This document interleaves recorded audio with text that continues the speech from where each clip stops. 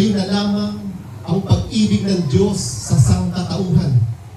Kaya't ibinigay niya ang kanyang kaisa-isang anak upang ang sino mang sumampalataya sa kanya ay hindi mapahamak, kundi magkaroon ng buhay na walang hanggan. Ganun po tayo, kamahal ng Diyos, no? Kahit tayo po ay makasalanan, at dahil alam ng Diyos na hindi po natin kayang bayaran yung mga pagkakasala po natin, kung kaya sinakripisyo po ng Diyos ang kanyang kaisa-isang anak, ang Panginoong Hesus po. At ang Panginoong Hesus po ang nagbayad ng ating mga kasalanan para po tayo maligtas. No? Ang Panginoon po ang umako ng lahat ng pahusa at sakit na dapat po para sa atin. No? Dapat po tayo ang mapapako sa krus. Dapat po tayo ang mamamatay. Pero ang Panginoong Hesus po ang umako at nagbayad ng lahat ng ating mga kasalanan. Christ is my firm foundation, the rock on which I stand, and everything around me is shaking. I've never been more glad that I put my faith in Jesus, 'cause He's never let me down. He's faithful through generations. So why would He fail now? He won't. God's good. And all the time. God's good. Napakatabi nga po Panginoon. Tingnan tao po. Sabi ko po ang Pastor Eugene natin na nakakukuha niya. Malati kami. Makanya mo namang, makanya kaya bumego po sa garahe. Kanya pong tokyan niya po yung aking kaya kanya po po rin. Amen. Dito pong ready na pong magpasalamat. Kaya pala po. May pagpikinwagi po. Amen. Sabihan na po ng kayang ama natin. Songs 100. Basa niya ako.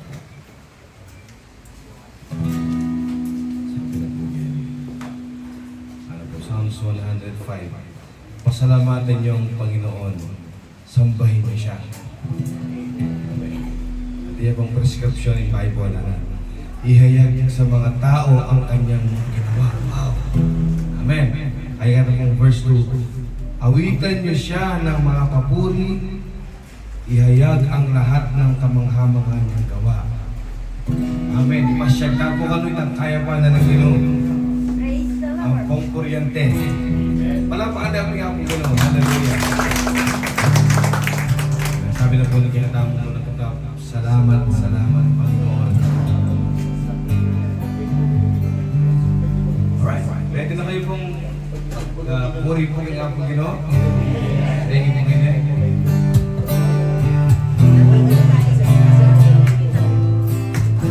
Pwede kayo pong sabi kayong palakpak.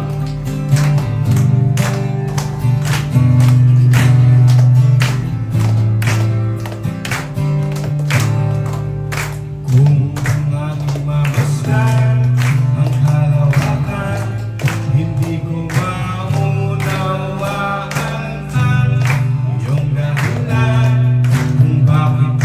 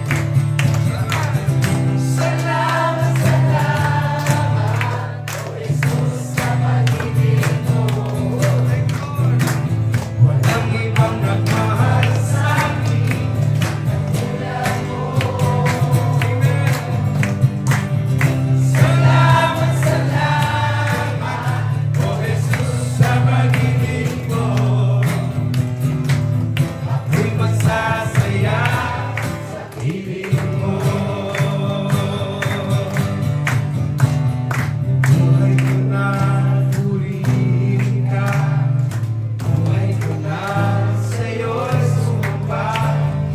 Wala nang ibang nga naisip pa, kundi pasalamatan ka. Buhay ko na purihin ka, buhay ko na sa'yo'y sumamba. Wala nang ibang nga naisip pa, kundi pasalamatan ka. Buhay ko na purihin ka, buhay ko na sa'yo'y sumamba. Wala nang ibang nga naisip pa, kundi pasalamatan ka.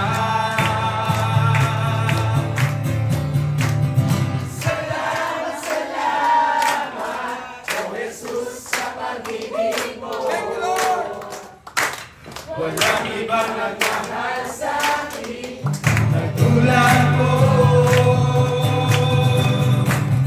Salamat, salamat, O Jesus, sa pag-ibig mo. Ako'y magsasaya sa piling mo. Madalas na, salamat, salamat. Salamat, salamat, O Jesus, sa pag-ibig mo. Walang ibang nagmahal sa'kin ng tulad mo. Salamat, salamat, O Jesus, sa pag-ibig mo. Ako'y magsasaya, ako'y magsasaya, ako'y magsasaya sa piling mo.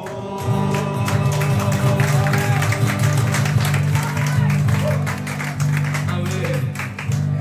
King sobrang saya tao po kayo piling na ninyo. Ano kailangan ng nanumang temporary magpasaya kay tao. Hindi mo. Amen. Hindi mo po. Tapos kaya po magiging mic po, makukuba po. O yan. Sa Lord. Alam mo niya ako magpuri po siya. Totoo po ilang kanta nga na walang ibang nagmahal sa akin. Totoo po ita. Kalupan na ng ginawa na. Alam mo. Yung tao na kuran na ka ating English yun. Pwede ngayon pala. Kanya po marapat po yan nga po gano'n. Po marapat pasalamatan nga po gano'n. Kata tayo mo yung tututin na ganda.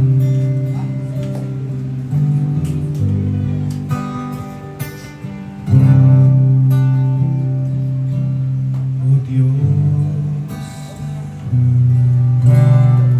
sa iyong lahat ng pagsamba, wala din maging ang pinakamahirap kung amin ay aawin sa'yo.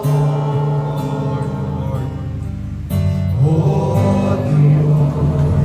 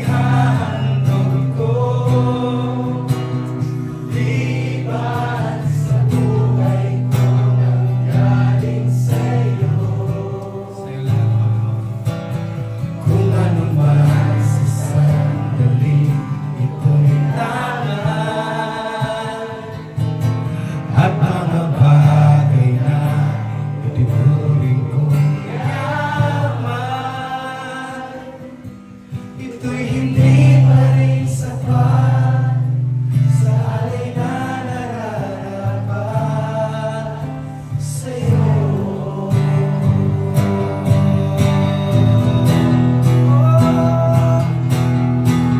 Ano pa ba ang maihandog ko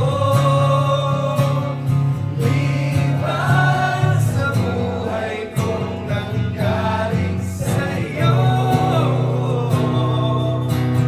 Kung ano man sa sandali, ito'y lahat. At mga bagay na tinuring kong yaman, ito'y hindi pa rin sapat sa alay na nararapat.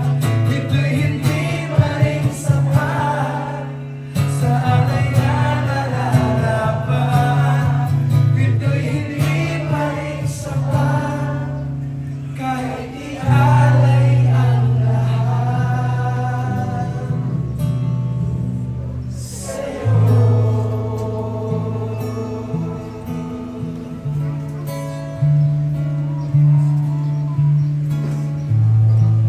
Hallelujah. Thank you, Lord. We just want to praise you right now, Lord. Thank you for your mercy and grace, Panginoon, sa oras na ito, Lord. Thank you at kinatagpo mo kami, Lord, sa lugar na ito, Panginoon. Walang malaki, walang maliit sa iyo, Panginoon. Basta kung nasaan yung presensya mo kami, masaya, Panginoon. Lord, salamat po, Panginoon, sa tahanan ito, Panginoon. Dahil dinala niyo po yung inyong presensya dito, Lord. And Lord, sa oras po na ito, dalangin po namin yung mga anak, Panginoon, na marinig ang inyong mga salita, Panginoon, sa oras na ito, Panginoon. Itanim niyo po ito sa aming puso at isip, Panginoon. At habang buhay, di na mawala sa aming buhay, Panginoon. And Lord, dumalapit po kami ng buong puso, Panginoon. Sumusumamo kami sa iyong presensya, Panginoon. Patawarin niyo po kami sa aming mga kasalanan, Panginoon. At bigyan niyo po kami ng kalakasan sa araw-araw na harapin ang aming hamon sa buhay, Panginoon. Nang kasama ka, Panginoon. Kasi naniniwala kami, Panginoon, na walang imposible basta kasama ka namin, Panginoon. Wala po kaming ibang maihahandog sa inyo, Panginoon, kundi ang aming buhay lang din na galing naman sa inyo, Panginoon. At salamat, Lord, sa araw-araw, Lord. Thank you, Lord, for another week, Lord. Thank you for the first house church, Lord, na pinagkaloob mo, Lord, sa aming simbahan, Panginoon. And naway, Lord, hindi lang po ito yung una, Lord, kundi ito po yung simula, Lord, ng marami pang house church, Lord, na ipagkakatiwala mo, Panginoon. Itong Malino, Lord, ay para sa inyo, Panginoon. Yes, Lord. And marami kaming masasave na buhay dito, Panginoon. At may dadala sa inyong karya, no, Lord. Amen. And Lord, right now, Lord, bless niyo po yung bawat isa na narito, Panginoon, na nagbigay ng kanilang oras, Panginoon, para marinig ang inyong salita sa oras na ito, Panginoon. And Lord, salamat po sa araw-araw, Panginoon. Lahat ng papurit pagsamba ay nasa sa iyo lamang po, Panginoon. All glory belongs to you, O God. At lahat po ito ang aming samot dalangin sa matamis ng iyong pangalan na si Jesus. At lahat po ng anak ng Diyos ay magsabi ng Amen.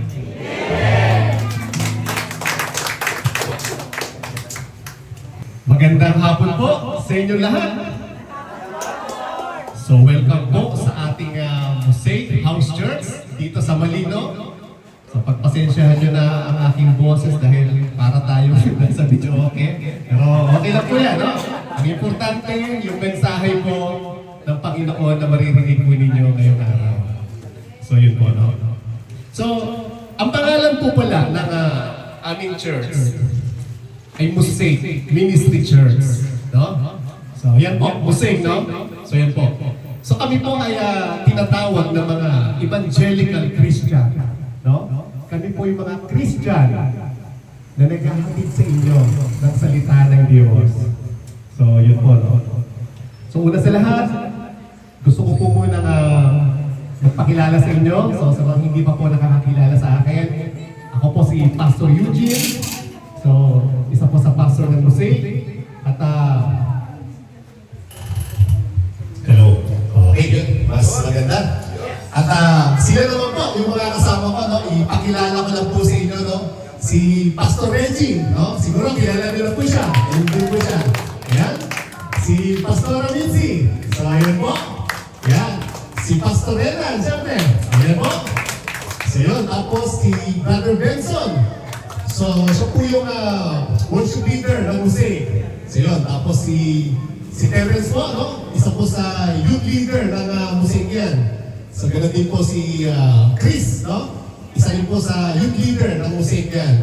So, at di ba yung mga youth na kasama ko po dito, no? Yung mga masisipag, no? Yung mga ginagamit ng Panginoon. So, sila po yung nandun, yung nasa likod. So, yun. Maraming salamat po. At siyempre, no? Bago pong lahat, gusto ko po sana kayong makilala ng personal.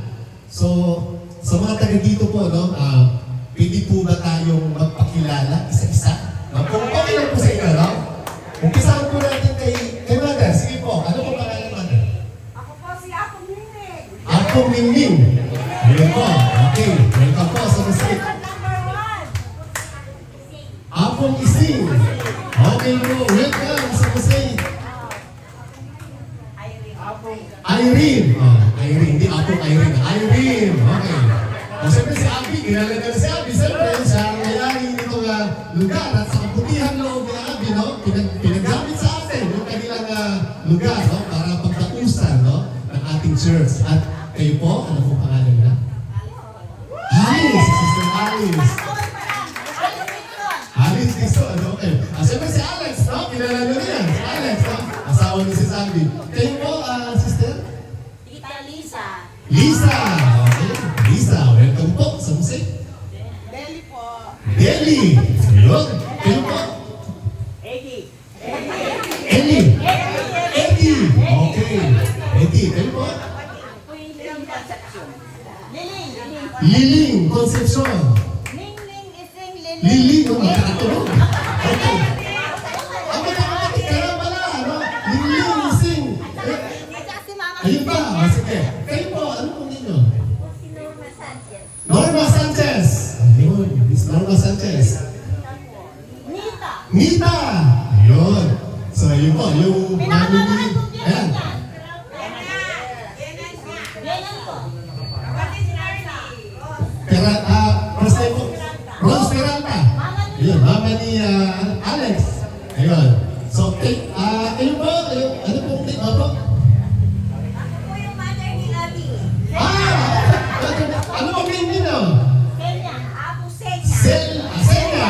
Ayun. Kayo po, mother. Larang Mirna. Mirna Cortez. Ayun. Okay. So, wala na, no?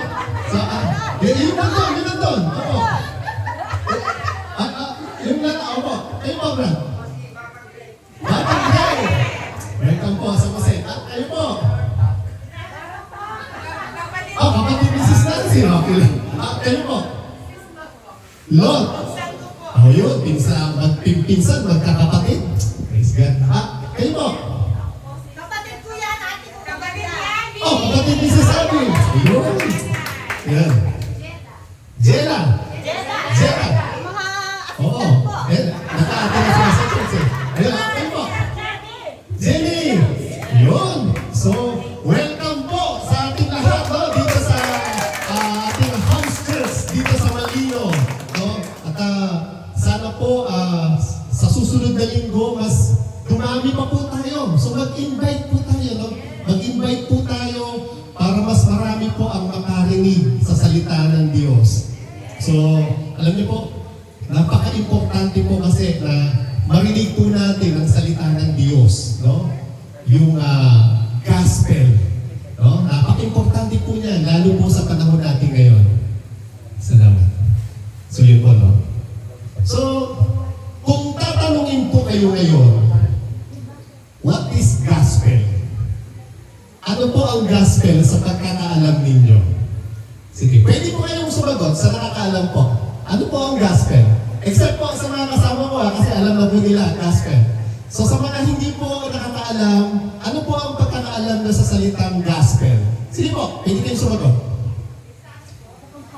Okay lang po, Kapampangan, Tagalog. Sige, kung ano po yung naisip ninyo, ano po sa pagkakaalam ninyo ang gospel? Sige po. Mensahe ng Panginoon. Tama po, tama. Ano ba? Ano ang gospel? Church of God. Okay. Ano ba? Sige po, yung pagkakaalam po ninyo, ano po ang gospel? Sige po. Pwede po kayo sumagot. Sige po, wala po nga maling sagot dito kung ano po yung naiisip ninyo. Kasi, sige po, Pagkakilala sa Panginoon. pagkilala sa Panginoon. Tama po, tama yun. Tama po. Ano pa? Ano pa ang pagkakaalam po ninyo sa salitang gospel? Sige. Siguro wala na tayong maisip. Okay, sige. Ang gospel po ay Greek word. No? Greek word po ang salitang gospel.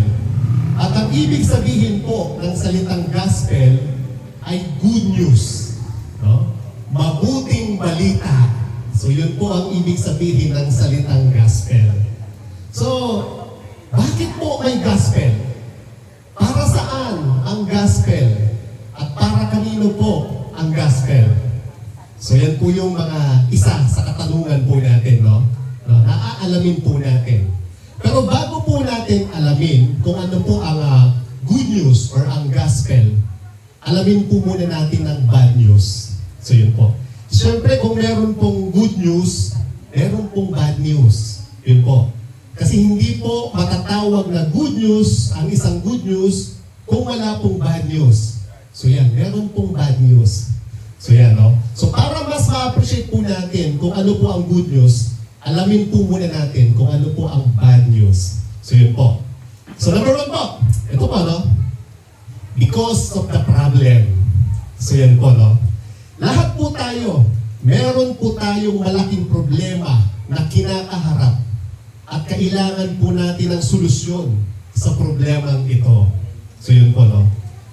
Alam po ba ninyo kung anong pinakamalaking problema ng mga tao ngayon? Sige po. Pwede po kayong sumagot sa mga nakakaalam po kung ano po yung naiisip nyo pinakamalaking problema ng mga tao ngayon. Sige po, ano pong naiisip ninyo? Si Sister Nancy alam ni Nene. Doon po, sa mga hindi nakakaalam. Ano po ang pinakamalaking problema ng mga tao ngayon?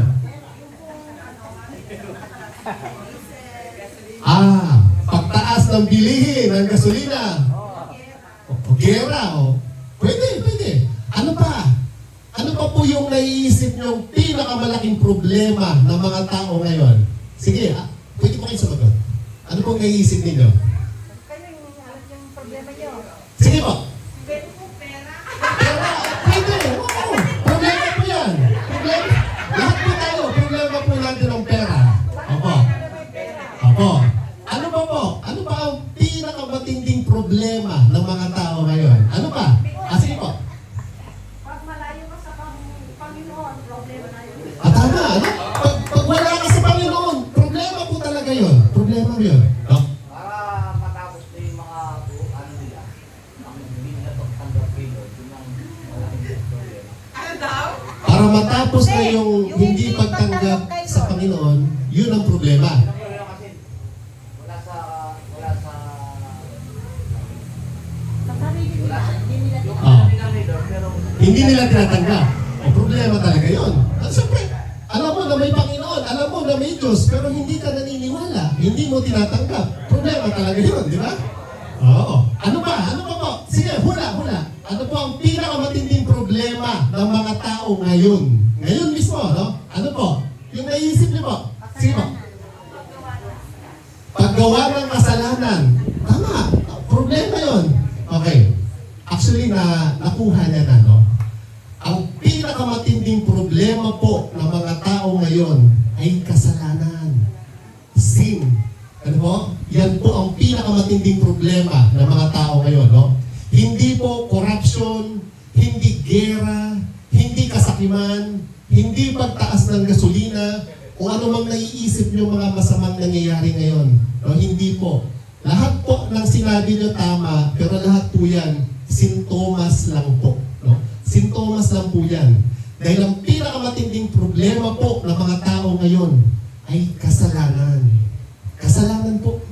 Ang pinakamatinding problema ang kinakaharap po natin ngayon. At sabi po sa Romans 3:23, sabi po rito, sapagkat ang lahat ay nagkasala at walang sino man ang nakaabot sa kaluwalhatian ng Diyos. So yun po, no? Ibig sabihin, lahat po tayo, kahit gaano po tayo kabait, karelihiyoso, lahat po tayo ay nagkasala sa Diyos. No? Lahat po tayo, nagkasala po tayo. At bakit hindi po tayo nakaabot sa kaluwalhatian ng Diyos? So yun po, no? Dahil ang standard po ng Diyos ay perfection. Perfect po ang Diyos. Banal siya. At wala pong bahid ng kasalanan. So yun po, no? Kaya hindi po tayo nakaabot sa standard ng Diyos dahil lahat po tayo ay makasalanan. No? Kaya po, kahit ikaw pa ang pinakamabait na tao sa buong mundo, hindi ka pa rin nakaabot sa kaluwalhatian ng Diyos. No? Kahit gaano ka pa kadalas magsimba, magdasal, gumawa ng mabuti, hindi po sapat ang good works para ka makapasok sa langit. Ano po? Dahil sabi po sa Isaiah 64:6, sabi po dito, lahat tayo'y naging marumi sa harapan ng Diyos. Ang mabubuting gawa natin, maruruming basahan ang katulad. No? Sabi po dyan, parang maruruming basahan lang daw sa paningin ng Diyos. Yung mga kabutihan, ang mabuting nagawa po natin. No? Maruming basahan lang ang katulad sa paningin ng Diyos. No? Kumbaga, parang kang nagpipresent ng maruming basahan kay Lord at sinasabi mo na, Lord, sapat na to para makapasok ako sa langit. Pero ang sagot ng Diyos, hindi yan pasado sa akin. No? At alam niyo po, isa pa po sa bad news. No? Sabi po sa Romans 6:23, sabi po rito, sapagkat ang kabayaran ng kasalanan ay kamatayan. Ngunit ang kaloob ng Diyos ay buhay na walang hanggan sa pamamagitan ni Jesucristo na ating Panginoon. So yun po, no? So sabi po dyan, ang kabayaran daw po ng ating mga kasalanan ay kamatayan. No? Hindi lang po ito basta physical death, kundi ito po ay eternal separation from God. No? Yun po yung pagkahiwalay sa Diyos at walang hanggang kaparusahan sa impyerno. So yun po yung tinatawag na ikalawang kamatayan. No? At siguro po, no, hindi po gugustuhin ng bawat isa na mapunta sa impyerno. Di po ba? Kaya, bad news po talaga yan, no? Para sa atin, no? Bad news yan. Kasi nga po, lahat tayo makasalanan, lahat po tayo dapat pupunta ng impyerno. So, bad news po talaga yan. No? Kasi kung totoo po ang langit, totoo din po ang impyerno. At alam po ninyo, no, mas maraming ulit pang binanggit ng Panginoong Hesus ang impyerno kumpara sa langit. No?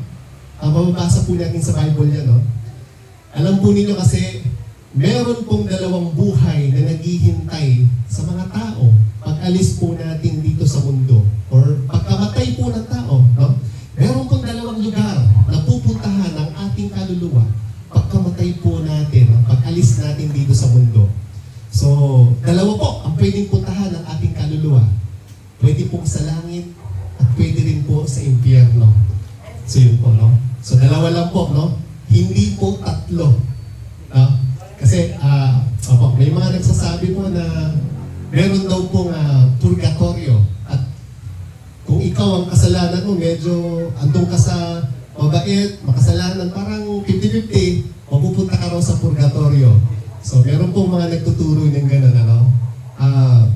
Alam po ninyo, hindi po hahayaan ng Diyos na kapag ang isang tao ay namatay na, ang kanyang kaluluwa ay babalik or magpapagala-gala, hindi po hahayaan ng Diyos yun. No? Dahil po sabi sa Biblia, sa oras na mamatay ang tao, judgment day na kagad. No? Judgment day na kagad. Kaya alam niyo po, yung mga napapanood po ninyo sa movie, no, na may mga kaluluwa daw na hindi matahimik, mga kaluluwang nagpaparamdam or nagpapakita. Hindi po totoo yun. No? Hindi po totoo yun. Hindi po ganon ang itinuturo ng Biblia. No? Dahil ang kaluluwa po ng taong namatay na, kailanman hindi na po makakabalik dito sa mundo. No? Kapag namatay na ang isang tao, ang kanyang kaluluwa, ay meron na kagad siguradong pupuntahan. No? May pupuntahan na po kagad. Pwedeng sa langit, pwede rin sa impyerno. Pero hindi ka pwedeng mamili Hindi ka pwedeng mamili pag namatay ka kung saan ka pupunta. Hindi po. Ang Diyos po ang magpapasya at hahatol sa iyo kung saan ka niya dadalhin. So yun po, no? Naalala niyo po nung panahon na nakapako ang Panginoong Hesus sa krus, di ba? Naalala niyo yun, di ba? Di ba meron siyang dalawang kasamang magnanakaw na kasama niyang nakapako? So, yung isa doon sa magnanakaw, naniwala at nanampalataya sa Panginoon, di po ba?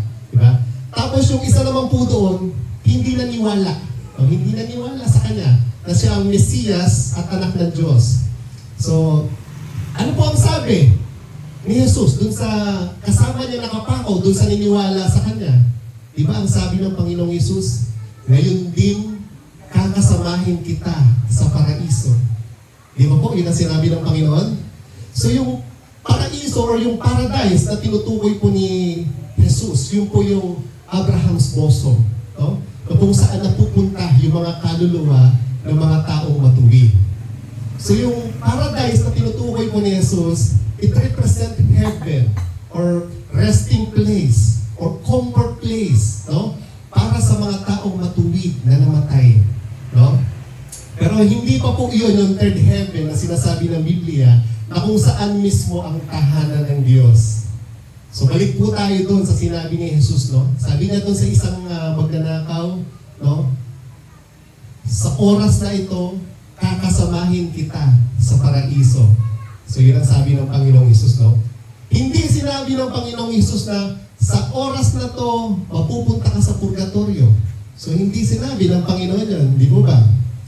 Kaya wala pong purgatorio, no? Wala po. No? Dalawa lang po ang pwedeng puntahan ng kaluluwa ng tao pag-alis po niyan dito sa mundo. Pwedeng sa langit, yun nga yung sa paradise na tinutukoy ng Panginoon, o sa impyerno. At alam niyo po, no? Kapag ang isang tao po ay napunta sa impyerno, wala na pong balikan yun. Wala nang rewind ang buhay. Kahit magsisi ka pa araw-araw, wala na. Wala na po. No? Sabi po sa Biblia, no? Kapag napunta daw ang isang tao sa impyerno, hahanapin niya raw ang kamatayan. Hahanapin niya ang kamatayan. Pero hindi niya masusumpungan. Ganun po. Kahirap, katindi po sa impyerno. Isipin mo yun na kung gaano kahirap yun, na gusto mo nang mamatay, pero hindi ka mamatay-matay. So napakahirap po nun, no? Isipin mo na lang yung mapasok ka ng isang segundo sa apoy, kung gaano kasakit yun. Yun pa kayang habang buhay ka, napapasok o nasusunog, at gusto mo nang mamatay, pero hindi ka mamatay-matay. So napakahirap po nun, no? Kaya alam niyo po, wala pong kapahingahan sa impyerno. Dahil habang buhay po kayong maghihirap doon, no? Habang buhay po, hindi 100 years, hindi 1,000 years, hindi 1 million years. Kundi sabi po ng Biblia, habang buhay kang maghihirap doon kapag napunta po sa impyerno ang kaluluwa ng isang tao. At talagang bad news po yun. Bad news po yun sa mga taong mapupunta sa impyerno. So ngayon po, ito naman ang good news.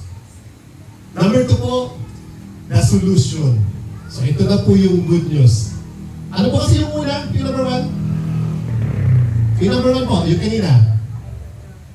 The problem, no? The problem. So number 2 po, the solution. Ito na po yung solusyon. Ito na po yung maganda, yung good news. God made the way. Sabi po sa John 3:16, napaka-familiar po ng verse na to at halos lahat po tayo, alam po natin ito. Ano? Sabi po sa John 3:16, sapagkat gayon na lamang ang pag-ibig ng Diyos sa sangkatauhan. Kaya't ibinigay niya ang kanyang kaisa-isang anak upang ang sino mang sumampalataya sa kanya ay hindi mapahamak, kundi magkaroon ng buhay na walang hanggan. Ganun po tayo, kamahal ng Diyos, no? Kahit tayo po ay makasalanan, at dahil alam ng Diyos na hindi po natin kayang bayaran yung mga pagkakasala po natin, kung kaya sinakripisyo po ng Diyos ang kanyang kaisa-isang anak, ang Panginoong Hesus po. At ang Panginoong Hesus po ang nagbayad ng ating mga kasalanan para po tayo maligtas. No? Ang Panginoon po ang umako ng lahat ng parusa at sakit na dapat po para sa atin. No? Dapat po tayo ang mapapako sa krus. Dapat po tayo ang mamamatay. Pero ang Panginoong Hesus po ang umako at nagbayad ng lahat ng ating mga kasalanan. Yun po ang good news, mga kapatid. No? Ganun po tayo kamahal ng Diyos. Dahil alam po ng Diyos na hindi natin kayang bayaran yung mga pagkakasala po natin. Kaya siya na po ang gumawa ng paraan. Siya na ang gumawa ng solusyon. Siya na po? So, kaya ito po ang good news. No? Ang kaligtasan po natin ay hindi po nakasalalay sa good works mo. No? Hindi po. Kundi sa tinapos na gawa ng Panginoong Hesus. Amen? Yun. So, pangatlo po, number 3, the response.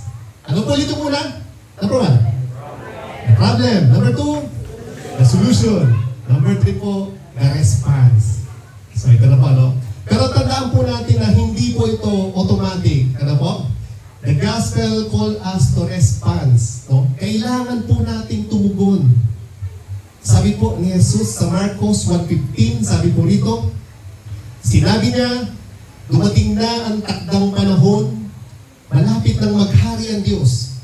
Kaya magsisi na kayo't talikuran ang inyong mga kasalanan. Paniwalaan na ninyo ang magandang balita. No? Una, sabi po dyan, magsisi at talikuran ang mga kasalanan. Pangalawa po, sabi dyan, maniwala sa magandang balita o sa good news. Ano po? Ibig sabihin, manampalataya po tayo sa tinapos na gawa ng Panginoong Hesus para po sa ating kaligtasan. Hindi po ito faith plus works, kundi faith alone in Christ. Ano po? Tandaan po natin, no, na kapag ikaw ay tunay na nanampalataya at tumanggap sa Panginoong Hesus, magbubunga ito ng good works bilang ebidensya ng totoong pananampalataya. So hindi po tayo naliligtas dahil sa ating mga mabubuting gawa, kundi ang good works po ay bunga ng ating kaligtasan. Kaya kung tayo po ay totoong tumanggap sa Panginoon at tayo po ay totoong ligtas na, magbubunga po yun ng good works. No? Dahil nasa iyo na ang Holy Spirit o ang banal na Espiritu. At kapag nasa iyo na po ang banal na Espiritu, yan po ang tutulong para ikaw ay magbago. No? Para tumalikod sa kasalanan at para umiwas sa mga dati mong ginagawa, no? Sa mga makasalanang ginagawa mo dati. Yun po ang bunga ng tunay at totoong kaligtasan. So, pang-apat po, the result. So yan, ito na po yung resulta. Ano po ulit yung number 1? The problem. Number 2, the solution. Number 3, the response. Pang-apat po, the result. So yun po, ito na po yung resulta. No? Kung tunay kang nananampalataya sa Panginoong Hesus, sabi po sa 2 Corinto 5:17, sabi po dito, kaya't kung nakipag-isa na kay Kristo ang isang tao, isa na siyang bagong nilalang. Wala na ang dati niyang pagkatao. Sa halip, ito'y napalitan na ng bago. So sabi po dyan, no, kapag ang isang tao daw po ay nakipag-isa na kay Kristo, isa na siyang bagong nilalang. Wala na yung dati niyang pagkatao. Napalitan na ng bago. Ano pong ibig sabihin nun? Ang ibig sabihin po niyan, kung ikaw po ay totoong tumanggap na kay Kristo, no? Hindi na po ikaw yung dating ikaw. Bagong nilalang ka na, no? Yun po yung tinatawag na born again. At ang born again po, hindi po yan religion. Hindi po. Ang born again po ay pangyayari sa buhay ng isang taong tumanggap kay Kristo. Yun po ang ibig sabihin ng salitang born again. Ipinanganak kang muli sa Espiritu. At kapag ang isang tao po ay nakaranas ng born again sa kanyang buhay, merong pagbabago sa kanyang buhay. Mararamdaman po ninyo yun. No? Kapag kayo po ay bagong nilalang na, nasa inyo na po ang Holy Spirit, no? Mararamdaman po ninyo yun. May mababago po sa buhay ninyo. Ano po? Kung dati kang nagsusugal, unti-unting mawawala yan. Kung dati kang nagnanakaw, unti-unting mawawala yan. No? Kung dati kang gumagamit ng illegal drugs, mawawala yan. Ano po? May pagbabago sa buhay mo. Mararamdaman mo yun, no? Yung mga dati mong masamang ginagawa, mawawalan ka na ng ganang gawin lahat yun. Ano po? Kung nagigilty ka ng gawin yun dahil may conviction na sa loob mo. No? Dahil kumikilos na sa loob mo ang banal na Espiritu. Dahil ang Panginoon na ang nabubuhay sa loob mo. Amen? Alam niyo po, bago po ako naging isang pastor, dati po akong nabubuhay sa kasalanan. Opo. At hindi lang po basta kasalanan, kundi nagsuswimming po ako sa kasalanan dati. Pagsusugal, pambababae, pagnanakaw, paglalasing, no? Panlalamang sa kapwa, pakikipag-away, lahat po yun ginagawa ko dati. Nung hindi ko pa po kilala ang Panginoon.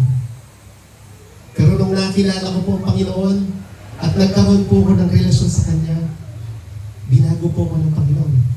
Hindi po instant or hindi biglaan. Dahan-dahan po. No? Binago po ako ng Panginoon. Ako mismo, no? Hindi po ako makapaniwala na dati akong nabubuhay sa kasalanan. Pero ngayon, binago ng Panginoon. Kaya ko po sinasabi sa inyo ngayon to, alam ko po, mahirap magbago. Alam ko po, mahirap talikuran yung mga kasalanan. Yung mga bagay na dati mong ginagawa, yung mga nakasanayan mo. Alam ko po, mahirap talikuran yan. Pero kapag ang Diyos po ang kumilos sa buhay mo, wala pong imposible. Walang imposible, no? Palakpakan mo natin ang Panginoon. Alam nyo, kahit gaano ka kasama, no? Kahit kasing itim pa ng tinta ng pusit yung pagkatao mo, kayang paputiin yan ang Panginoon. No? Kung hahayaan mo siyang kumilos sa buhay mo. No? Kaya kung tatanggapin mo ngayon ang Panginoong Hesus sa buhay mo, bilang Diyos at tagapagligtas, may kapatawaran. May bagong simula. At may buhay na walang hanggan. Iyan po ang ibig sabihin ng good news. Palakpakan po natin ang Panginoon. So yun po, no, sa mga first time pa lang po nakarinig ng mensaheng ito, so siguro, ito na po yung pagkakataon, no? Nilayon po ng Panginoon na marinig po ninyo ang mensaheng ito. At nilayon po ng Panginoon na gamitin niya itong lugar ni Sis Abby para pagdausan natin ng gawain ng Panginoon. Ang Panginoon po ang author po nito. No? Dahil mahal po kayong lahat ng Panginoon. Ayaw po ng Panginoon na may mapahamak kahit isa man sa inyo. Gusto po ng Panginoon na kayong lahat po ay maligtas. Gusto po ng Panginoon na kayong lahat po ay tumanggap sa Kanya. Gusto po ng Panginoon na kayong lahat po ay magsisi at tumalikod sa mga kasalanan, no? Sa mga nakasanayan po nating ginagawa dati. No? Hindi po aksidente na nangyari ito ngayon, na nandito po tayo ngayon, no? Na narinig po ninyo ang mensahe nito. So tinatawag po kayo ng Panginoon. Tinatawag po kayo ng Panginoon. At kailangan po nating mag-response. No? Kailangan po nating sumunod. Kailangan po nating tanggapin ang Panginoon sa buhay po natin. Amen? Tayo po lahat ay tumayo at awitan po natin muli ang Panginoon.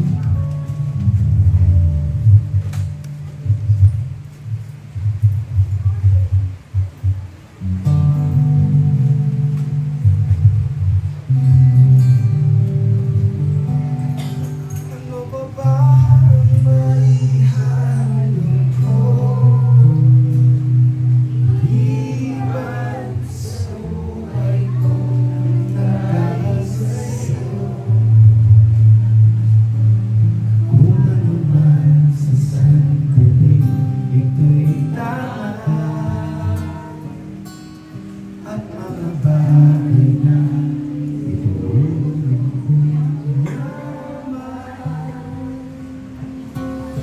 hindi ba rin sapat sa alay na nararamdaman sa'yo?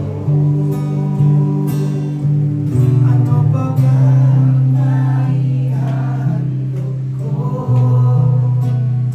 Liban sa buhay kong binabing sa'yo. Kung ano man sa sandaling ito'y daan, at mga bagay na tinuloy ko lamang.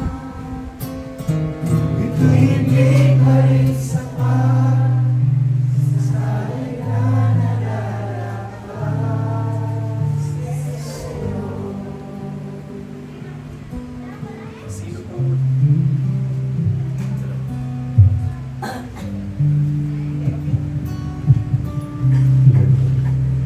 Sino po dito ang gusto tumanggap ngayon sa Panginoon? Ang gusto pong makatanggap ng kaligtasan? Sino po? Sino po gusto makatanggap ng kaligtasan? Sino po? Yun, no? Lahat po tayo. Gusto po natin makatanggap ng libreng kaligtasan po na galing sa Panginoon. Kaya kung nais po ninyong tanggapin ang Panginoon ngayon sa inyong buhay bilang Diyos at tagapagligtas, sabayan ninyo ako sa panalangin, no? Manalangin po tayo bilang pagtanggap po sa Panginoon. Manalangin po tayo. Ama naming Diyos na nasa langit, sa pangalan ni Jesus at sa kapangyarihan ng Banal na Espiritu, lumalapit ako sa iyo ngayon, Panginoon, sa oras na ito. Tinatanggap kita sa aking buhay bilang aking Diyos at tagapagligtas. Pumasok ka sa aking buhay, Panginoong Jesus. Pinagsisisihan ko po lahat ng nagawa kong kasalanan. Mula nang ako'y nagkaisip hanggang sa mga oras na ito, patawarin mo ko, Panginoon, sa aking mga kasalanan. At tulungan mo ako na magbago. Isulat mo ang aking pangalan sa aklat ng buhay dyan sa langit. At simula ngayon, tatalikuran ko na ang aking mga kasalanan at mabubuhay ako na kasama mo, Panginoong Jesus. At simula sa oras na ito, ikaw na, Panginoong Jesus, ang masunod sa aking buhay. Salamat po, Panginoong Jesus, sa oras na ito dahil ako'y iyong pinatagpo. Pinupuri kita, dinadakila kita, sinasamba kita sa pangalan ni Jesus. Amen. Palakpakan po natin ang Panginoon.